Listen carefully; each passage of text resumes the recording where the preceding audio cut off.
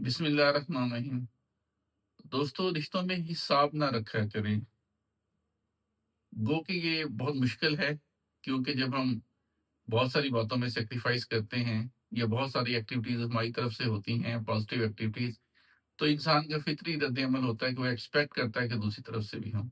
लेकिन अगर रिश्ते बहुत करीबी हैं, तो फिर वहाँ पे अगर आपको थोड़ी-सी ज़्यादा भी सैक्रिफाइस करना पड़े, तो कर दें। क्यों? क्योंकि रिश्ते हिसाब से कमज़ोर हो जाते हैं और कमज़ोर होने वाले रिश्ते आहिस्ता-आहिस्ता ख़त्म हो जाते हैं।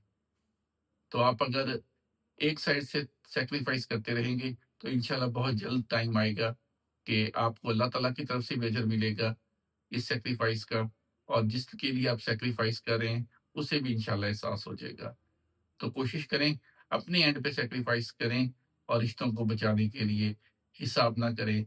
ये मत देखें कि उसने क्या किया और मैंने क्या किया। मैंने कितना ज़्यादा किया और उसने कितना कम किया।